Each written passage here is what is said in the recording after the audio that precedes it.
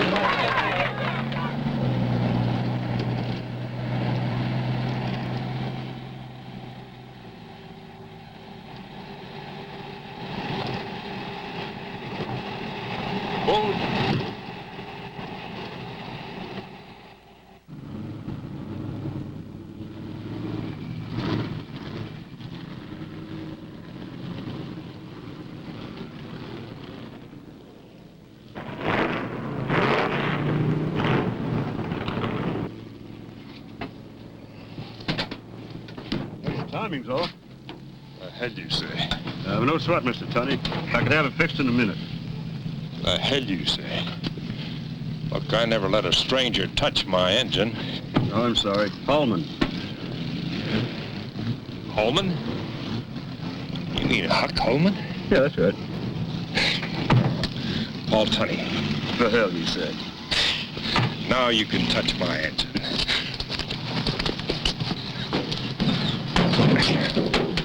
Who would you say has a heavy foot today, Huck? Huh? My competition. Oh. Well, there's Bob Bass, number 14. He jumps out in front, he's long gone. 80 craters in traffic. Well, then we jam him up. Anyone else? Yeah, number 2, Dick Thompson. He'll be hard to beat if he stops twitching from when he ran into that wall last month. What about Billy Evers? Billy Evers, number 6. Yeah. Pop a pill in him and he'll beat Mario Andretti. I could be in trouble. No, I don't think so. His wife took him to a revival last week. He's got religion. Well, remind me to run by and have a quick prayer with him before the race. And check his pupils. That ought to do it. Okay, I'll start her up.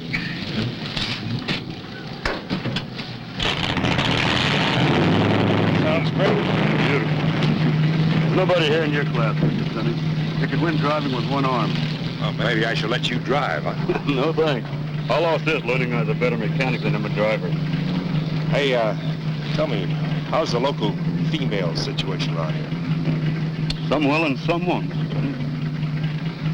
I was hoping the odds had improved in my absence. Same. The name is Tunney, by the way. Just Tunney, huh? Right. Hey, how about my buying your friendly face a drink after the race? That sounds great. Everybody still go to Matt's place? Yeah, still do. Yeah, that's hard to believe. I've been gone all these years and not a damn thing has changed. Well, there's been some changes, Tunney. Have you noticed Ray Butler over there, driving number 31? Wow. I've no objections, as long as he doesn't marry my sister. You know he's the first black to ever race here? Good luck.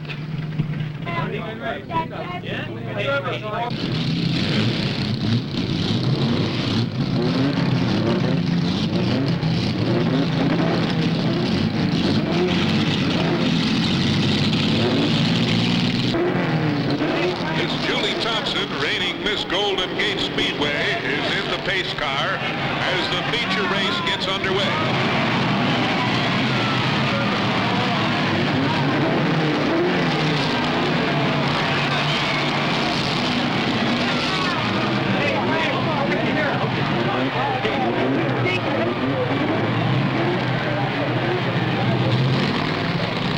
Paul Tunney is on the pole with Ray Butler on the outside, and the race is on.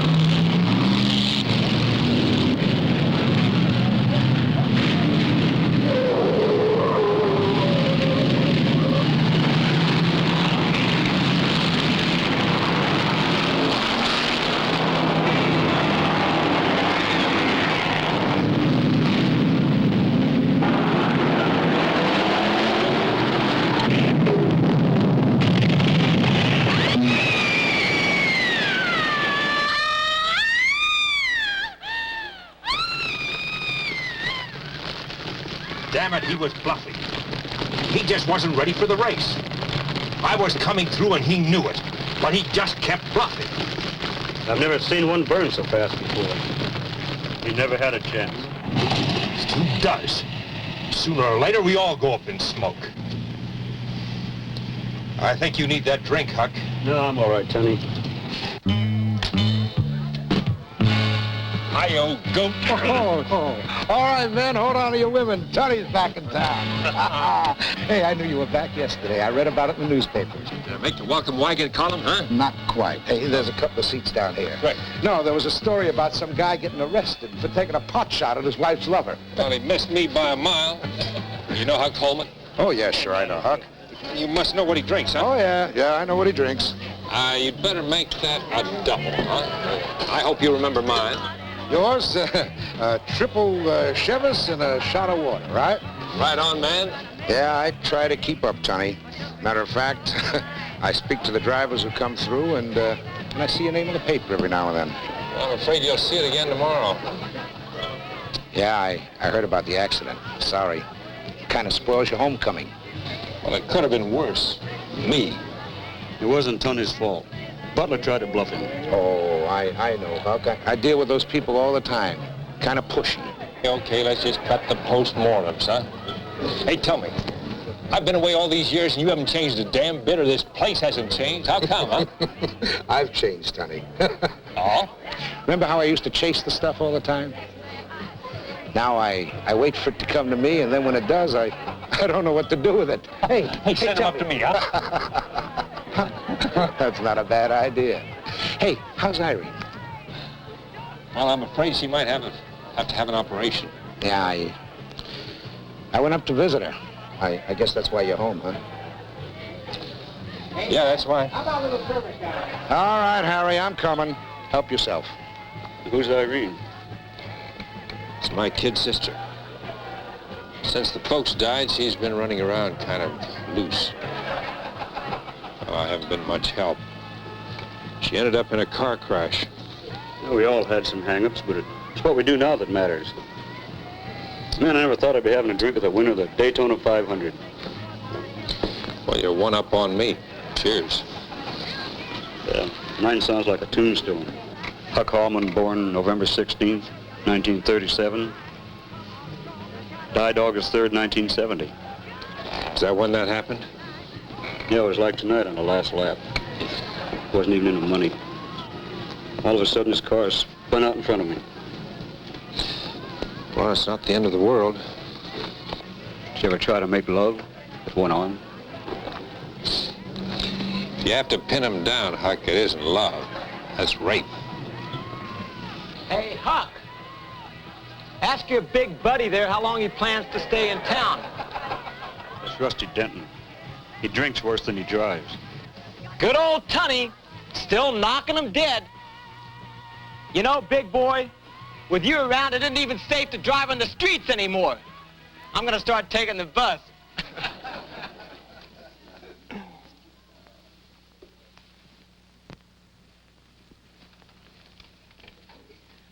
Sweetheart, if I'm not back in 1 minute, you'll know it's because I'm keeping him company until the ambulance arrives.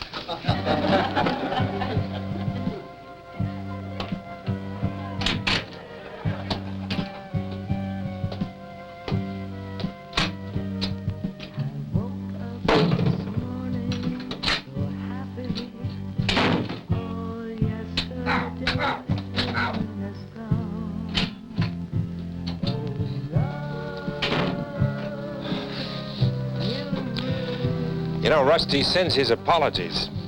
You know, he suddenly got a splitting headache. So have I. There must be an epidemic. Well, it's a good thing you told me. We can start the treatment right away. Dr. Holman, bring a couple of aspirin. Oh, and a round of drinks. Did you hurt him? Oh, no. He was just all tensed up, and I helped him relax.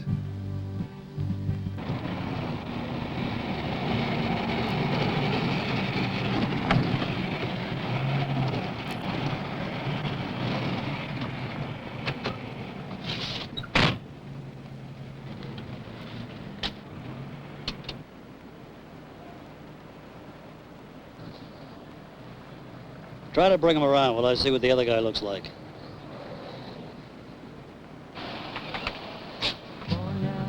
Hello, Susie. How are you? No, nothing for me, Matt. I'm on duty.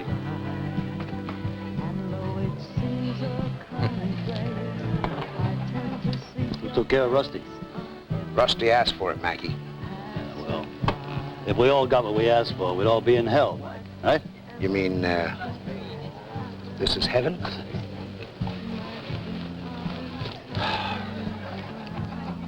To a damn thing, but.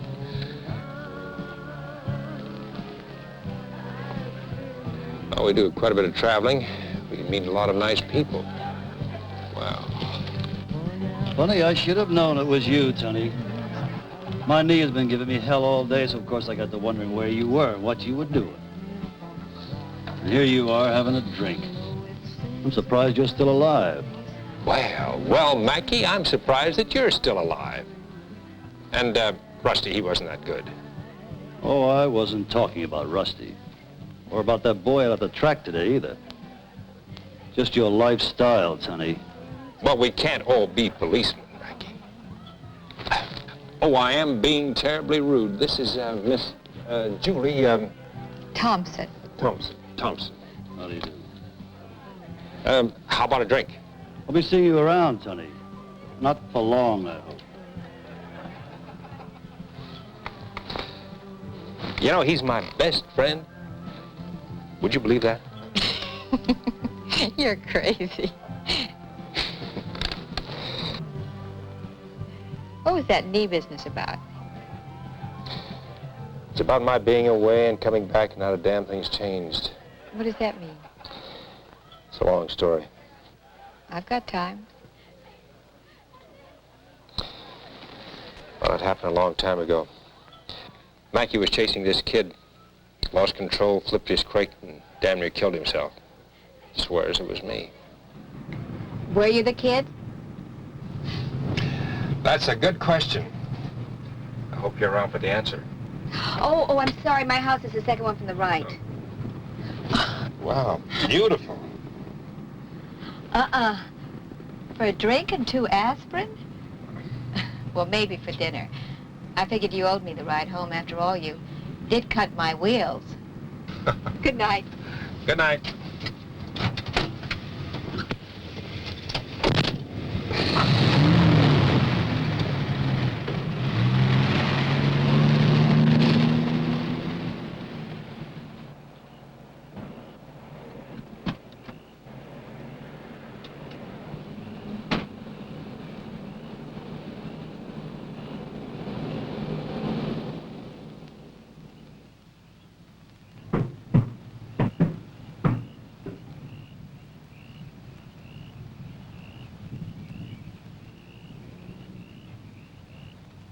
Ah, Mr. Turney, you come to pay your respect to the butler boy? Not really. What the hell is this all about? Step right this way, please. I hope we don't have any trouble finding your size, Mr. Turney. Please take your choice, Mr. Turney, because I'll be putting you in one. Just what the hell are you talking about? Oh!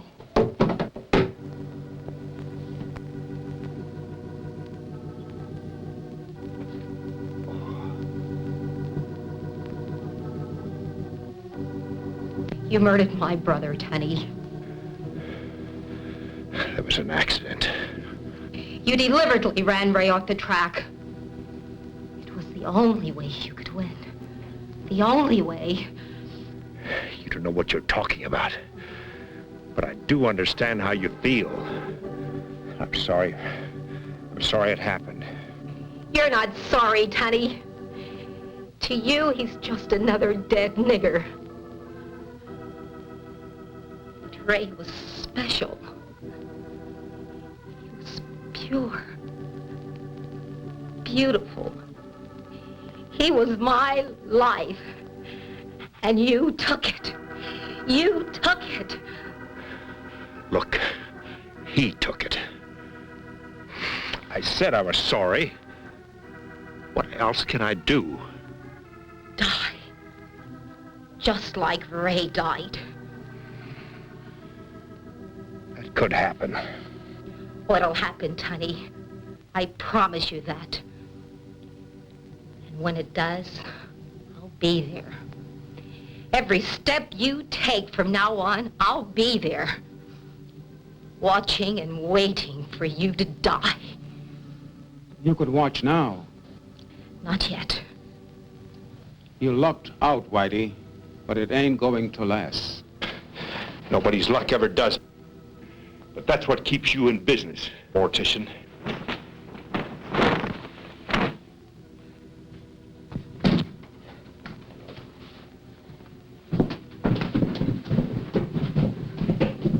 I'll be waiting for you, Mr. Tunny.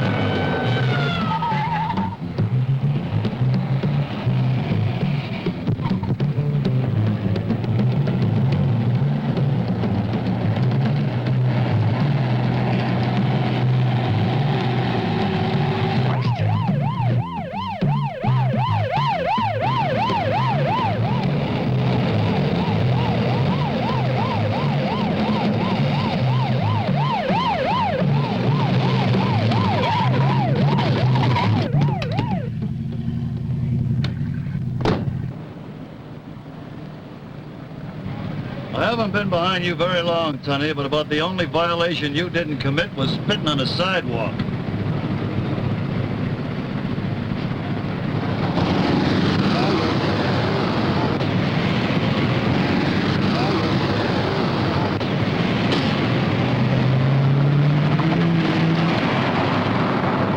Since when is spitting on the street resisting arrest? When some of it happens to land on the arresting officer's shoes. Can I help it if you got big flat feet? That crack just raised your bond to $250.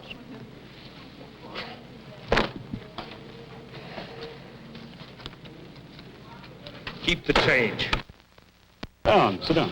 You remember Julie? Yeah, Hi. I guess you're surprised. I was born surprised. I mean, I took your advice and it worked. Oh, what advice? You know, so you lose an arm and it's not the end of the world. And if you have to pin him down, it's, you know. Wow. Anyway, I called Julie and she's having a drink with me. Well, I'm glad you're here. So am I, Tunny. Oh, and I have a message for you from Gordon. Don't tell me what it is. I'll bet I can guess. I've been chosen screwdriver of the month. Hey, I talked to Rusty today, and he's nominated you Dirty Fighter of the Month. And Sergeant Mackey considers me the criminal of the month. You know, 2 more and I could be nominated for the Academy Awards. Oh, now listen to me. He's running a special memorial race this weekend for Ray Butler. And all the prize money goes to his sister to pay for the funeral. That sounds like a damn expensive funeral. I'd go along with it. Well, you won't go along with the rest of it. He doesn't want you in a race. He's afraid it wouldn't look right. What do you mean? You mean it's like the murder returning to the scene of the crime? I don't know. I'm just telling you what Gordon told me. Oh. And what do you suppose he'd say if I just showed up there? No, no, no, no. Just what the hell is that supposed to mean, Gordon? Well, it doesn't mean yes, okay? Are you barring me from the track? I'm only asking you to stay out of this one lousy race. It'll upset Butler's sister. Look, would you believe me if I told you that Carol Butler wants to see me in this race? Hell no, I wouldn't. Look, why don't you just ask her? She swore that she would never miss a chance to see me race. Would you bull me, Tunney? Bull you? Look, think of the publicity this track would get. Killer driver helps dead brother's sister. That is big. Yeah. That's an idea. That's a hell of an idea.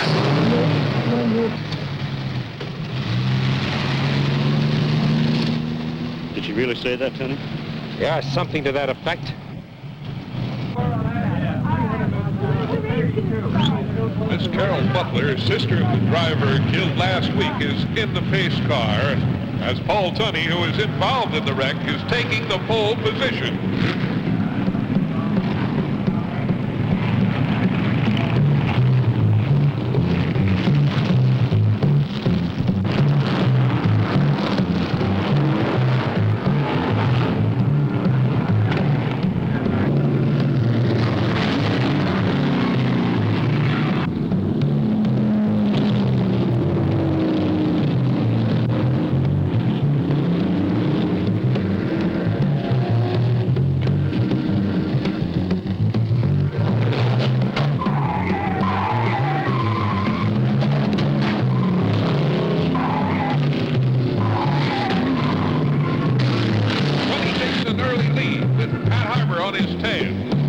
What the hell is going on?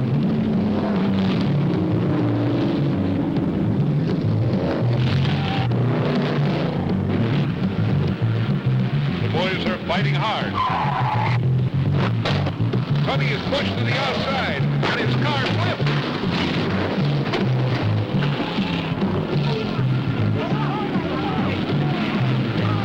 We've just got the sign, and Tunney is okay.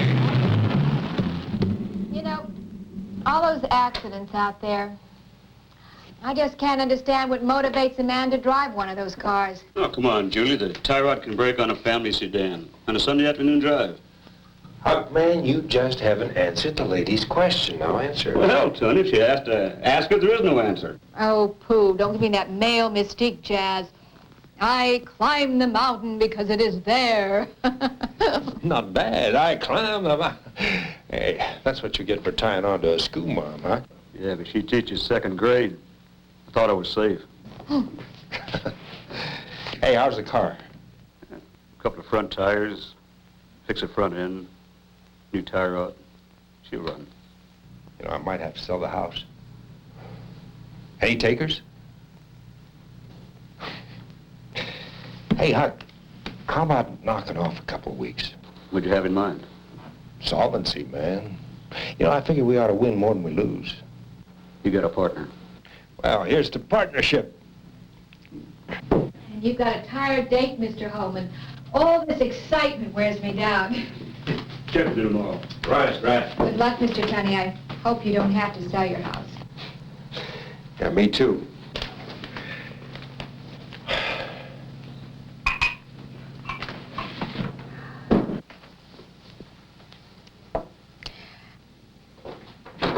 I forgot my purse.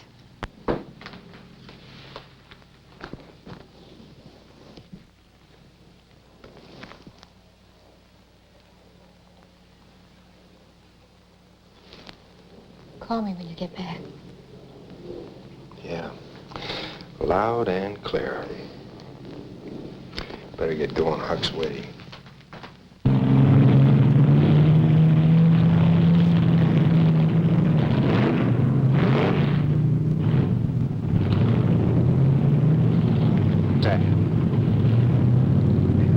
What's the trouble, Tony? Nothing.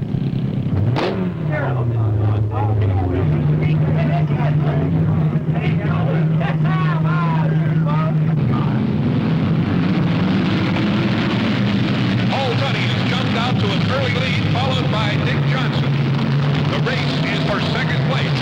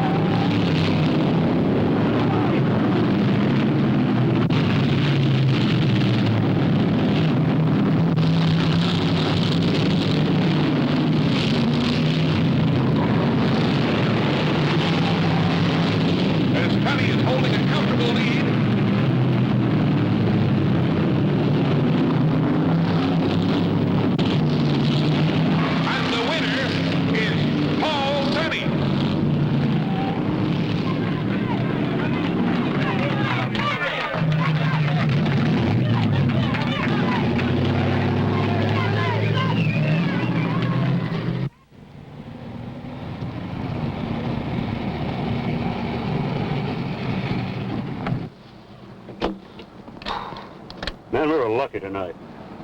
No, Johnson should have won, but you scared him out of it. You scared me, too. I hope I don't get the room that belonged to the guy they're coming after. Don't worry, Huck.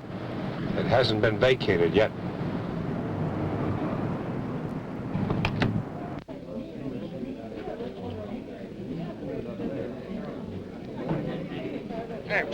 I want to talk to you. I'm sorry, I thought you were somebody else.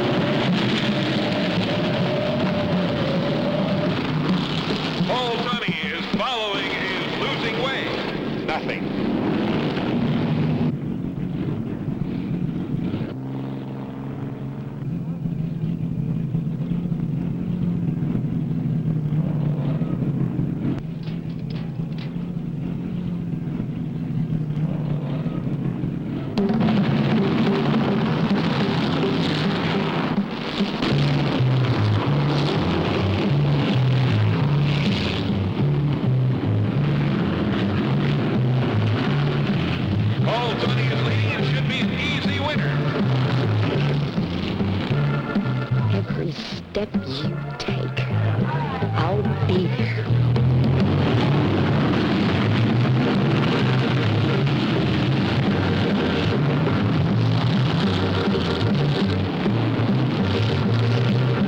Tony takes the checkered flag. Your attention in the pits, please. Car number 21 is under protest. 21.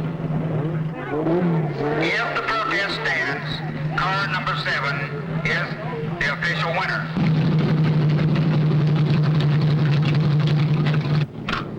Is it true, Tony?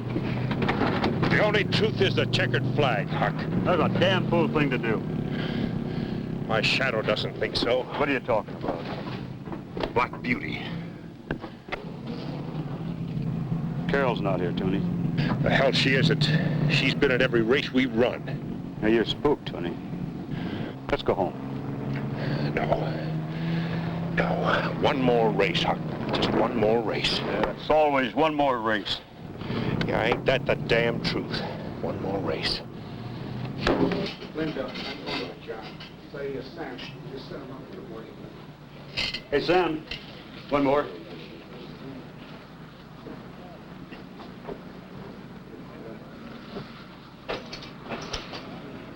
You looking for someone? Yeah, I'm looking for first place. I sure in hell can't find it on the track. That's not your fault. The car needs an overhaul, new tires. Yeah, and I need whiskey, but I'm drinking beer. Well, let's go home, Tony. I can charge the work at the garage. No, not yet. We'll win with what we've got. You turning in already? I'm just going to take a walk. Paul Tunney is back racing on the dirt track after a series of losses. He's leading easily.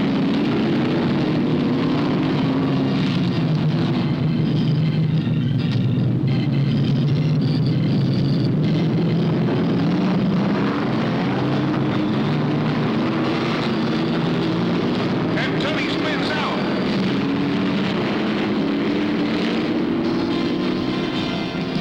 But he's back in the race.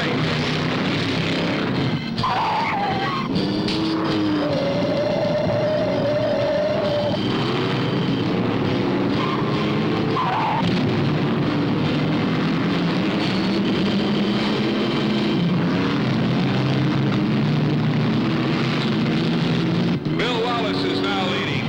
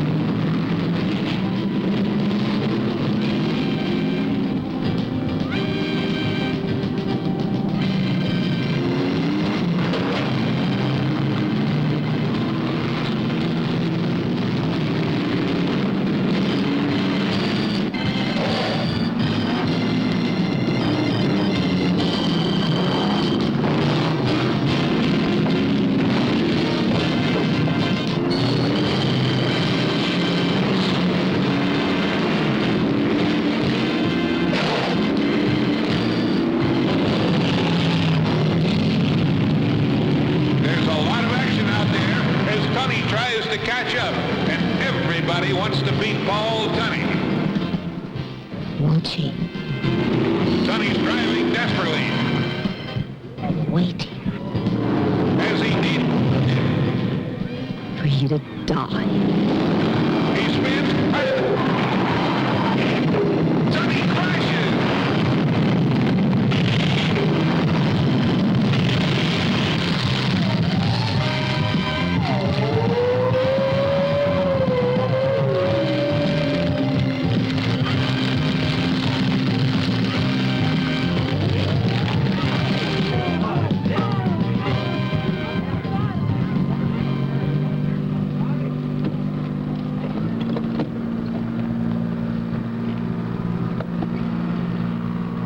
Let's get out of here.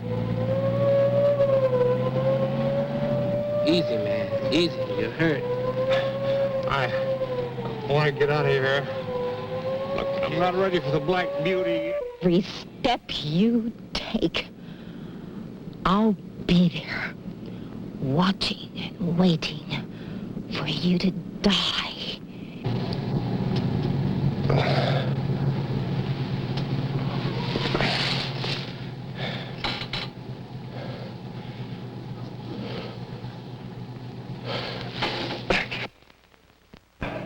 Mr. Tunney, you're awake.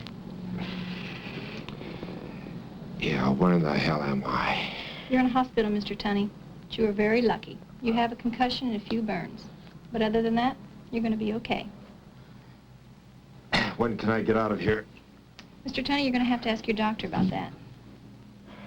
You have a visitor, Mr. Tunney. I see just a moment. Hey, partner, how's it going? You calling him now, or did that wreck make a Christian out of you? How's the car? What car?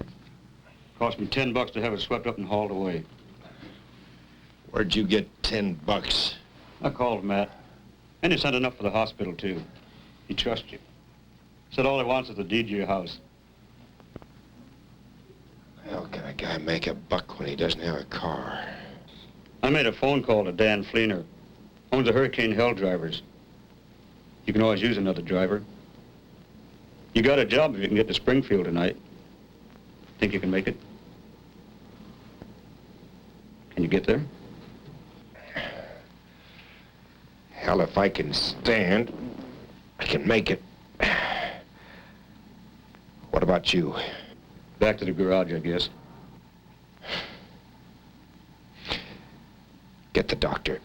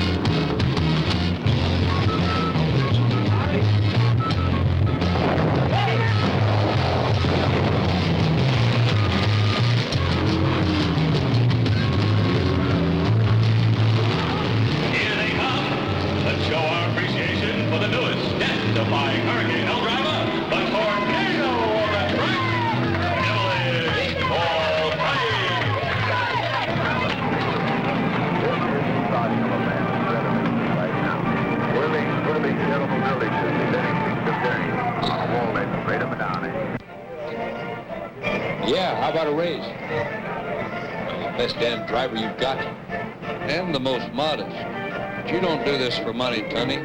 You're a daredevil. You do it for thrills. If necessary, you'd do it for nothing. Not that I wouldn't. Stand-up analysis by Dr. Dan Fleener, is that it? Anyway, a young dog couldn't drive this afternoon. A couple of blacks jumped him last night. Beat hell out of him. That could happen to the best of us. Funny enough, they didn't rob him, though. Just gave him a message for you and left him in the alley. Oh, what was the message? Hurry up, Tunney, you're taking too long. Whatever the hell that means.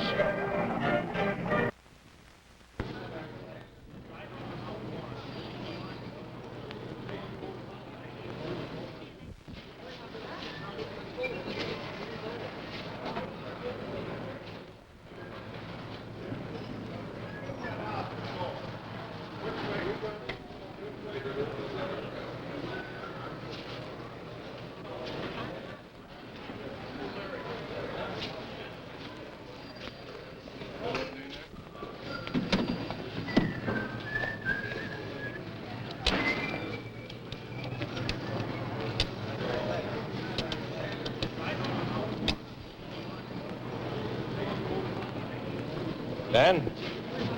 Yeah, this is Tunney. Yeah, I know I'm supposed to be on the track. Yeah. Well, look. Okay. Just listen. I'm pulling stakes. Yeah, I'm damn near to get on the bus. I'll call you, right.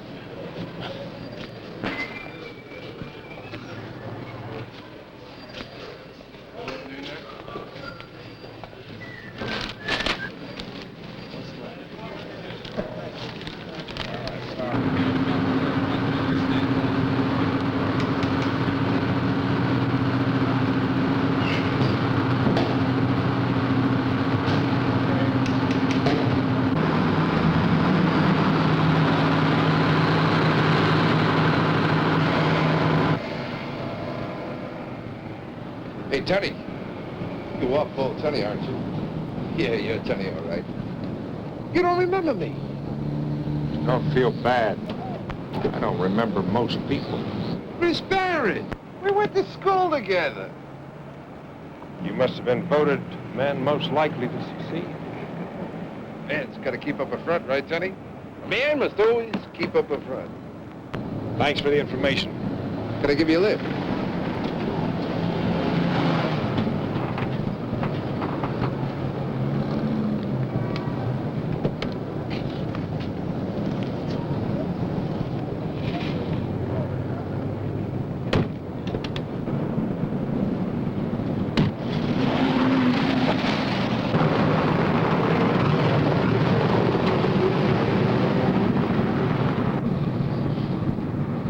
Tunney, meet Howie. Tell Howie wherever you want to go. He's not in your class as a driver, but he'll get you there. Looks like Howie already has someplace in mind.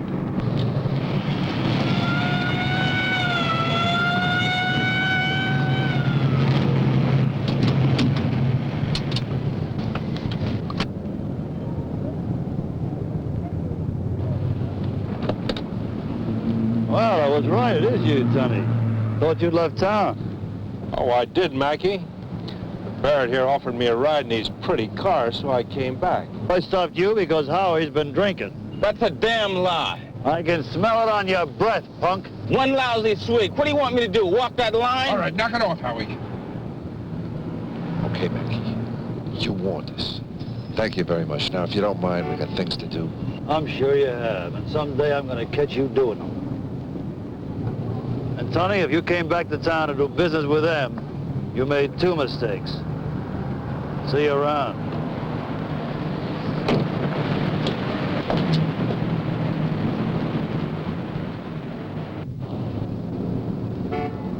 Okay, Howie, let's get the hell out of here before he gets us the ticket for parking overtime.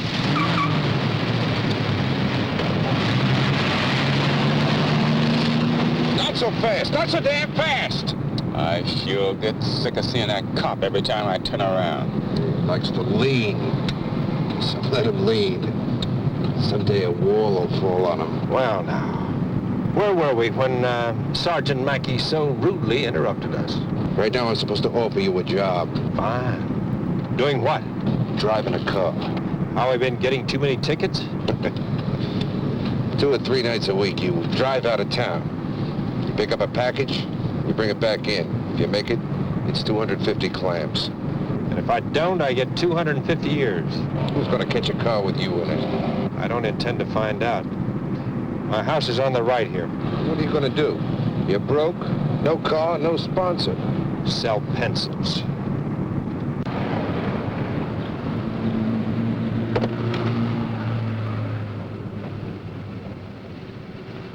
Hey, I heard your house had burned down. I guess I must have got the wrong information, huh? Or maybe it was just premature. Your car. Your keys. Me and Matt's every night at 11. We'll call you there.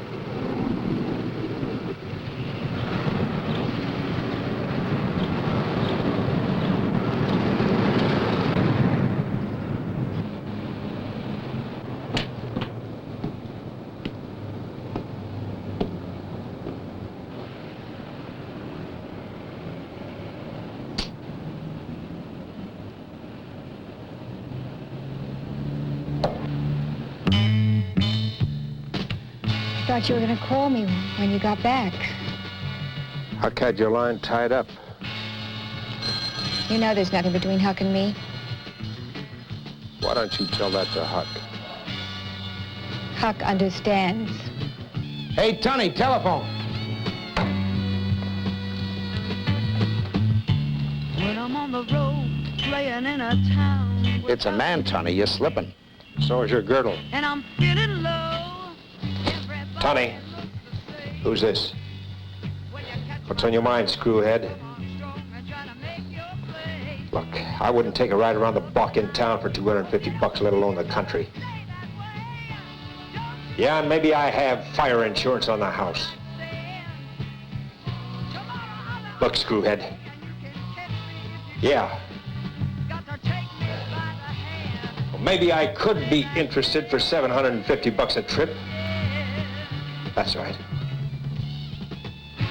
Well, thank you, darling. Sure, I know the place. Yeah, I'll be there.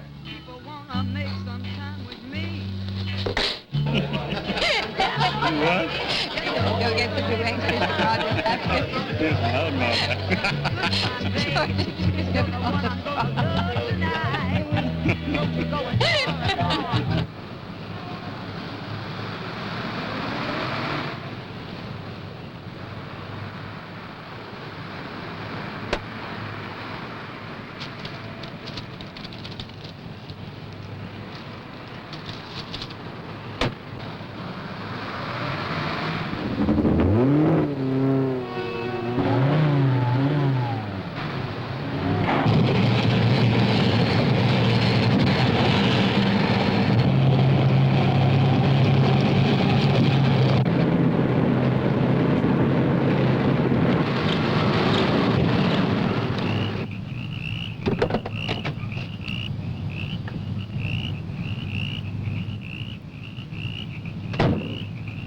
Over here, Tony. Relax, sweetheart. It was just a trail run.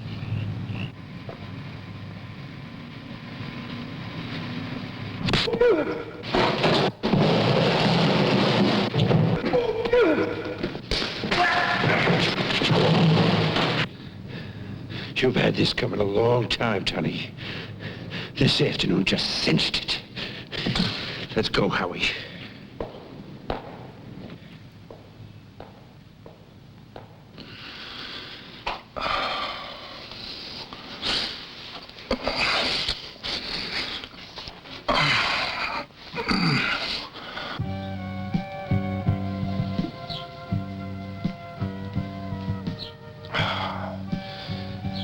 How'd you get in?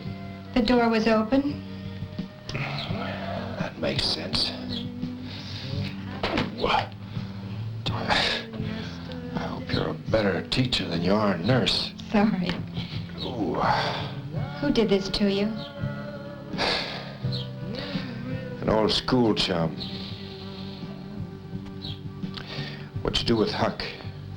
Kissed him goodnight and sent him home. Is that what you want to hear? I'm not gonna fight him if that's what you want. You don't have to fight anyone. Not even me.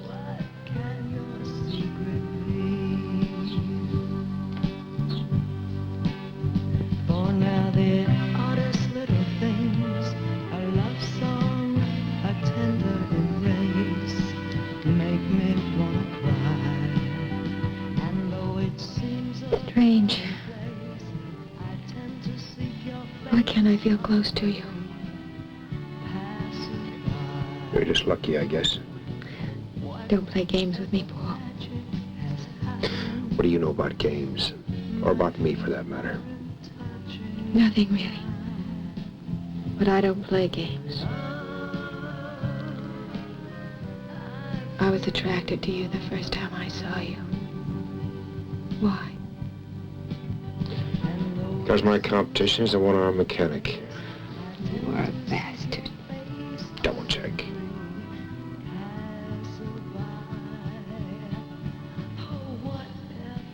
Doesn't anyone mean anything to you, Paul? Yeah. me.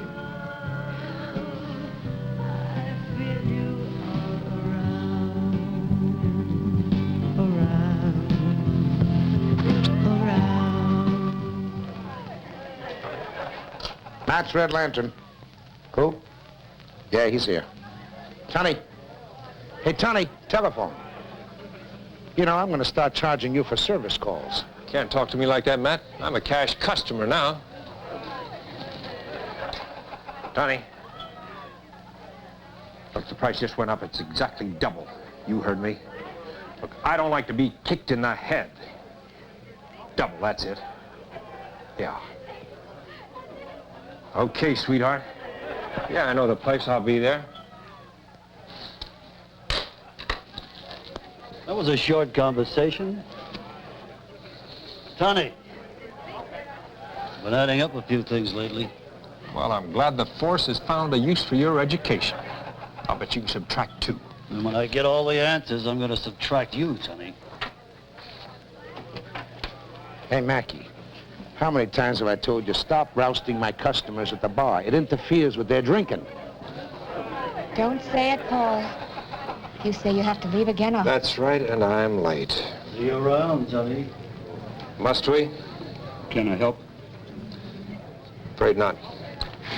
Yeah, drive Julie home, will you? Paul. Paul. Look, Julie, I said I'm late. I'll see you. I hope so.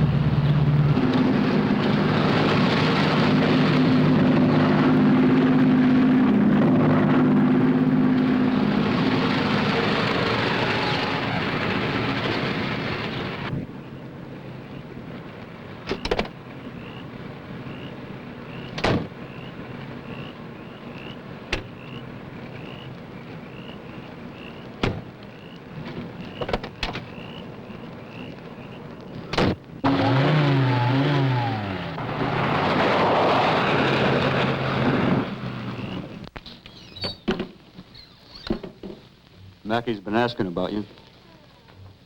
What the hell are you doing here? Matt had to leave. Thought I'd help out. I said Mackie's been asking I about... heard what you said. What did he ask? Why Barrett lets you use his car? Where do you get your money? Where do you go at night? And just what did you tell him? What could I tell him? I don't know anything. But I've been doing some checking on my own. That Chris Barrett's bad news, Tony. Huck, you stay out of it. You just stay the hell out of it. All right. Get me a drink.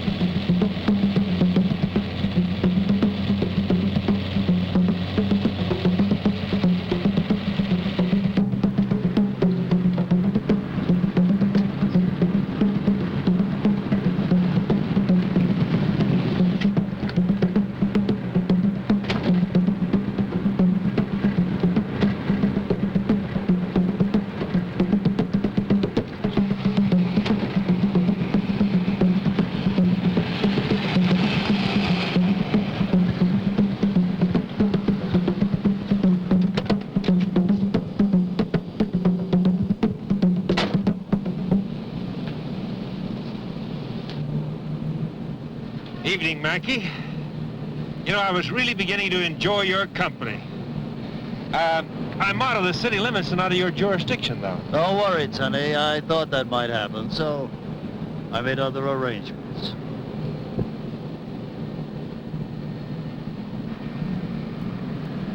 Well, I'll see you around, Mackie. Must we?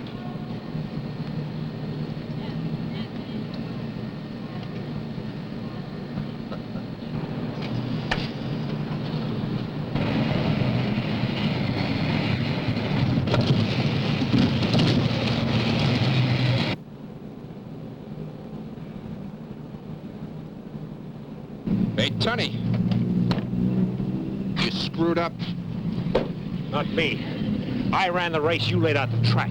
That's just it. You didn't run the race. Look, screw.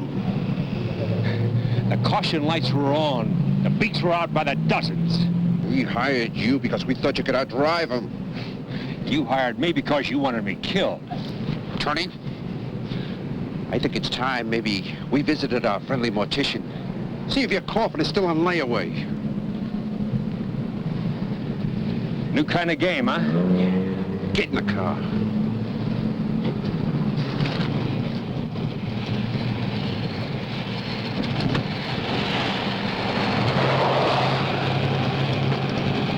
Mr. Tony, you do have my sympathy, of course.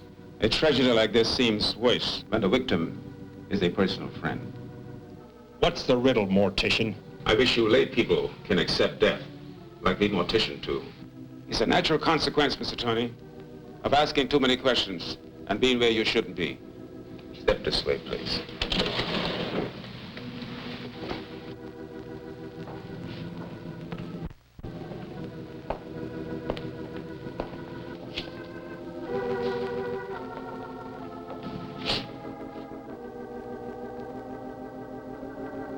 Fuck.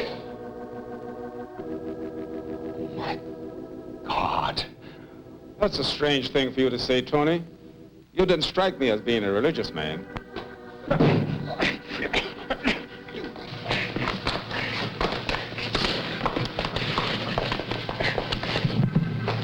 That's more in character, Mr. Tony.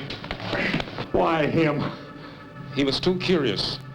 He was talking to Mackie and asking questions and getting some answers. So it seemed best not to take any chances. Why my brother? Or why your lady friend? You touch her, I'll kill you. Why should we? Unless, of course, Look, I'll pay. Of course we know that, Tony. But I expect the job to be done. The plane will be here at 2 o'clock. I need that shipment, so be there this time. Okay. Okay, I'll be there.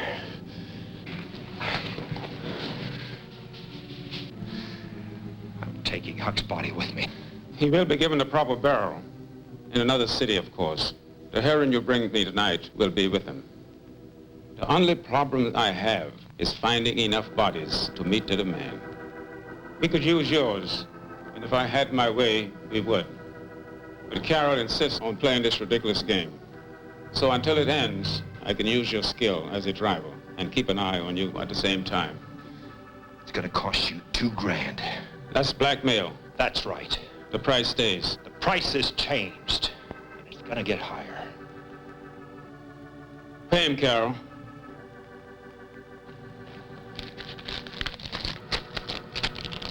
Thank you, Angel. What is she to you? My mistress. Christ.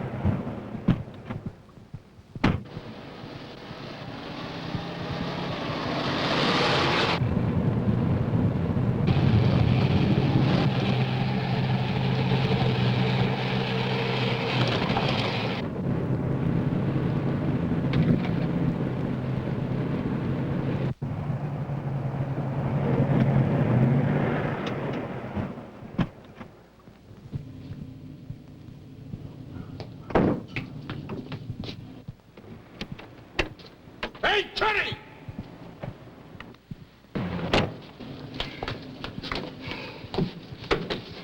Any trouble? No. I guess we shook the beaks the first time around. Keep in touch. Hey, Screwhead, how about a different car, huh? I think about every beak in the county knows this one. Hey, don't you read your publicity?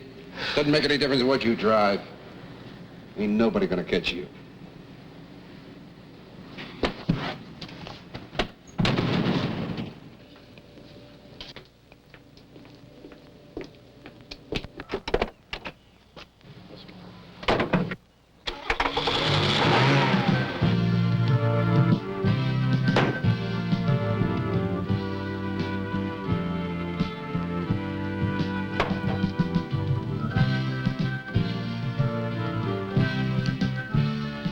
I hate to start every conversation like this. Then don't. But I thought you were going to call me. My phone's been tied up. My social life is very demanding. I suppose I shouldn't have come here. We all make mistakes. Thing is to rise above them. Paul, I was afraid you were in trouble and I want to help. Look, Julie, Tony, telephone.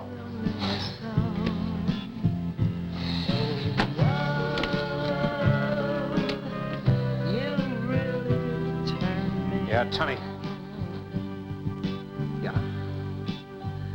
Okay. My world all at once is so different. Or has the change happened in me? Beginning to sound like a broken record. I'm late.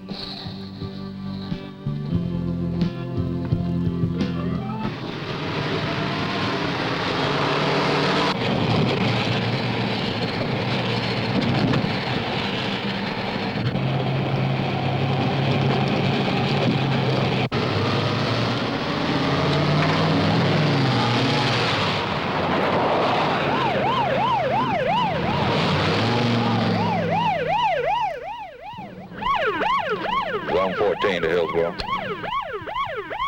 Come in, Zone 14. On the old river road about 30 miles north of town, running one south at a high rate of speed. That's Tunney, sure as hell. Let's go.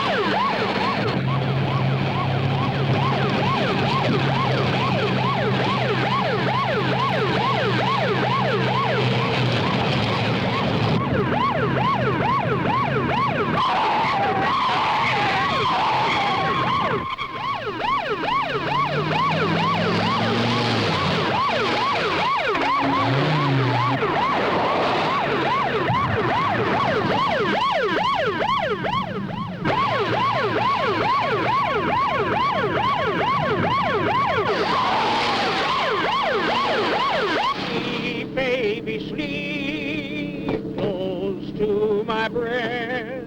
Angels are watching or at rest, and earth is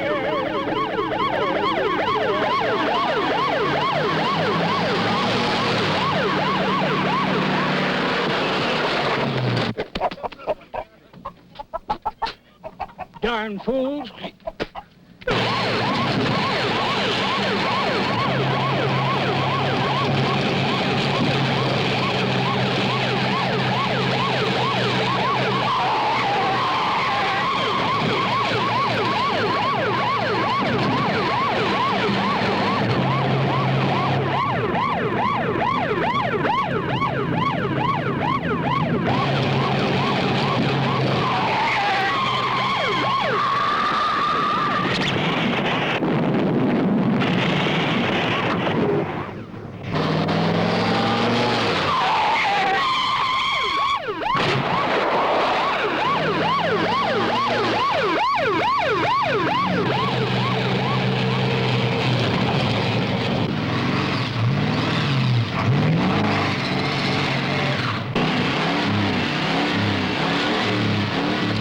14, Hillsborough. Come in, Zone 14. Lost him. Stuck in the mud. Did you get the tag number? 1054, I couldn't get close enough. What make was the car? Phantom jet, I guess. Big, fast, and there's no way it can make it down this road. Come on, get up. The hell are you doing here, Beak? I hope you've got a warrant in your pocket. Thought I'd stop by and tell you your car needs a wash job. It's got sand all over it. Funny, one of your cars is in the same condition. Few minutes either way and we'd have had you, Tony. Look, Beak, you'll never get me. You tried to catch me 15 years ago, and I've improved since. Oh, then it was you that night, huh? Yeah. I ran you into the ditch then, and I'll do it again. Now, look, you will only catch me when and if I want to be caught. So get the hell off of my back. Not until I run you into the ground, Tony. And take Barrett and the others down with you. Tony went straight home after making the delivery.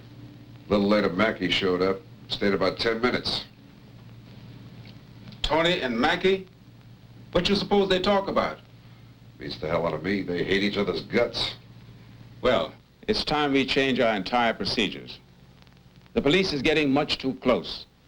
I've located a pasture that will accommodate our plane. It will start making the drop there at once. And you and Howie will alternate on pickups. What do we do with Tony? Carol and I have plans for Mr. Tony. Time to go home and relax and get some sleep. It's time to have a nice drink and relax. Pat, could you get this to the doctor? It's for Irene. Yeah, sure. He comes in every Wednesday on his day off. Now, they get delivery at this abandoned airstrip sometime during the night, and the plane is on the ground only long enough to make a transfer. Then it's driven into the city along one of these routes here. You'll phone Tony tonight and tell him to make a pickup. He doesn't know about the new place. I want him to go to old airstrip. I don't understand. Will the plane be there? The plane will be there. We'll even put a package in the trunk. An empty package. But everything must seem normal to Mr. Tony. I don't want to scare him away. You're the boss. Pick me up about 10:15. You'll all want to be there waiting when Mr. Tony arrives. Are we going to kill Tony? If plans work properly, Sergeant Mackey will do that for us. Make the phone call, Carol. Wait a minute. Don't hang up. Tell me who you are. I'll be damned. Did you get a name? Anonymous. But if what she told me is true... Do you think it is? I don't know. Tony said that... And you know why I don't know? Because that was a woman. Hey, Lone Ranger, you waiting for Tonto? How come you don't drink at the bar anymore? Because you're a damn preacher, not a bartender. You're on the skids. What? When I see a man on the skids, Tony, I tell him. And you're on the skids. Look here, preacher man. I'm going to be back in that winner's circle before you know it. Get that damn phone.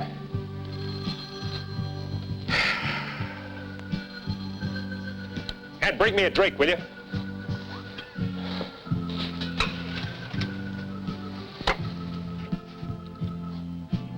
Paul, may I sit down? Sure, sit down.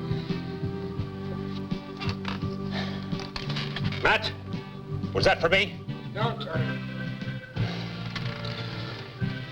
Bring Julie a drink, will you? That's not why I came. Oh, tell Tony what's on your mind. Huck's on my mind. Nobody has seen him in days. I think we ought to go to the police. Look, Huck is all right. He is just out of town. Now, you keep the police out of it. Then there is something wrong. His clothes are still in his room. He hasn't even picked up his paycheck. So you know about his room, do you? I kind of figured there was something between you and Huck. Then you are a complete fool. Will you listen to me, Tunny? Something has happened to Huck. Just get out of here, will you? I tell you, Huck is all right. Now, will you just leave? Get out of here. Okay.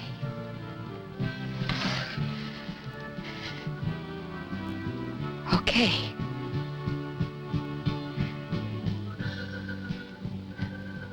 I used to think that you were so courageous. A real daredevil. But it's not speed and danger that intrigues you. It's stupidity. It's destruction. Destruction of others. Destruction of yourself. Tunny. Yeah, always Tunny. Tunny. Hey, Tunny, telephone.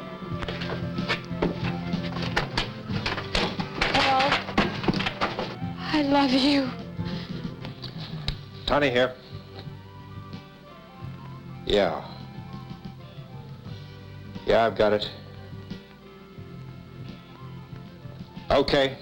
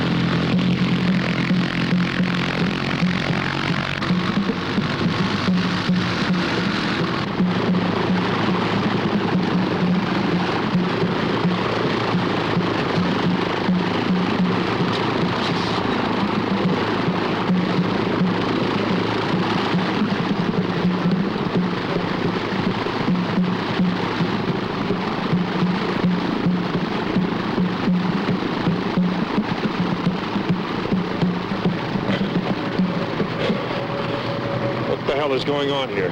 It's taking too long, Tony. I left Matt's as soon as I got the call. It's taking too long for you to die, Tony, and Carol is getting impatient. So we just thought we'll help things along. So that's it, huh?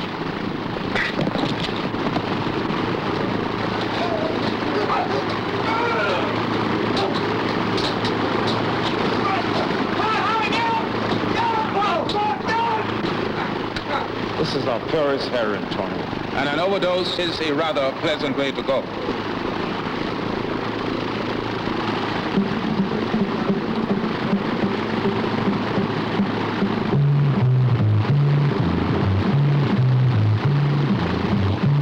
You shouldn't react this quickly.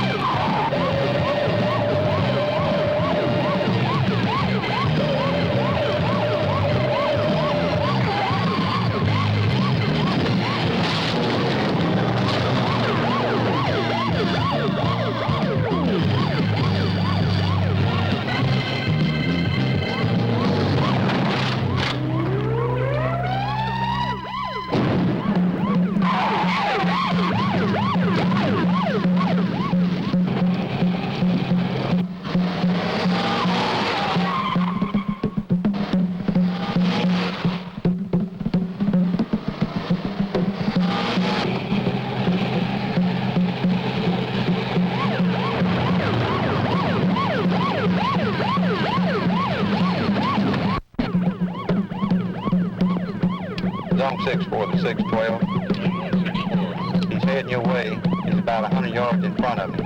Okay, then. Stay on his tail. Let's stop traffic.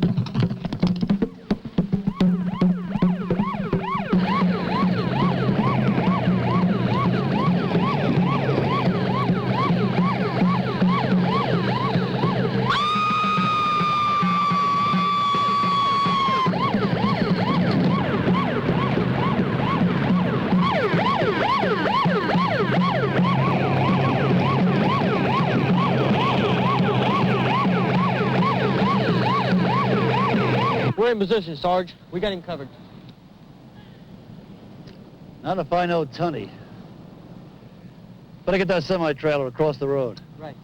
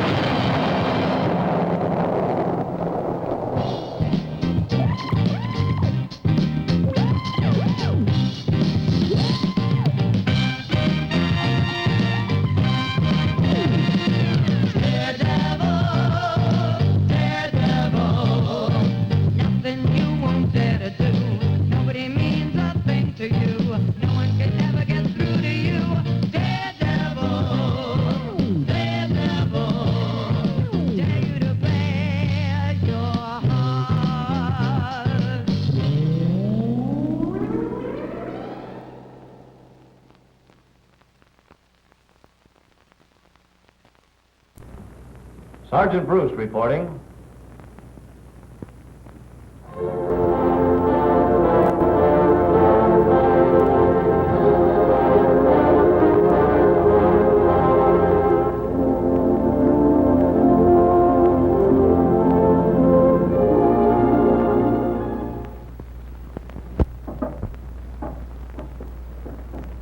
It's just about as easy to fill out a dead body report as it is a traffic ticket. And in many cases, the violation is the same: speed. I've been checking some figures for a report, and I'd like to show you what I found. It's important to you. Look at these changes in the motor vehicle death rate of our population per 100,000 for the past 25 years. Between the ages of 5 and 14, there was a 37% drop. Between the ages of 25 and 44, a 25% increase. But get this, in the 15 to 24 year group, the increase was more than 85%. Those are the actual figures from the ages 15 to 24. An increase in deaths per 100,000 of 86%. Let's face it, a car in the hands of some teenagers today produces a serious problem. So serious has this problem become that we have a new word in our language. It's teenicide, a noun meaning death caused by an automobile driver under 20 years of age. And habits that cause teenicide seem to carry on with many drivers up to the age of 25. Now let's talk about teenicide a minute. Let's see why and what can be done about it. The teenager can do things the middle-aged group cannot hope to accomplish. His reactions are good, his eye is sharp, and he is definitely in better physical condition than the person between 40 and 50. Because of this, he could be a better driver. He sees better and can react more quickly than an older person. The teenager is at the time of his life when he learns the quickest and retains the most. He's at a learning period. It should therefore be easier to teach him good driving and make him a safe driver, not only now, but for the rest of his life.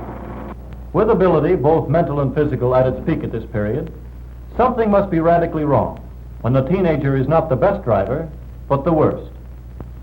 And I think we know what the answer is. It's lack of experience and training.